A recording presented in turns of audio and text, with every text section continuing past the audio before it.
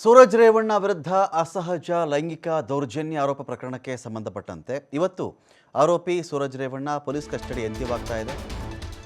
2 ಬಾರಿ ಕಸ್ಟಡಿಗೆ ಪಡ್ಕೊಂಡಿದ್ರು ಸಿಐಡಿ ಅಧಿಕಾರಿಗಳು. ಬಾರಪ್ಪ ವಿಚಾರಣೆ ಮಾಡ್ಬೇಕು ನಿನ್ನ ಅಂತ ಕರ್ಕೊಂಡು ಬಂದು ಕೂರಿಸ್ಕೊಂಡಿದ್ರು. ಏನು ನಡೀತು ಹೇಳು, ಬಾಯಿ ಬಿಡು, ಮಾತಾಡು ಅಂತ. ಅಸಹಜ ಲೈಂಗಿಕ ದೌರ್ಜನ್ಯ ಪ್ರಕರಣ ಇದು.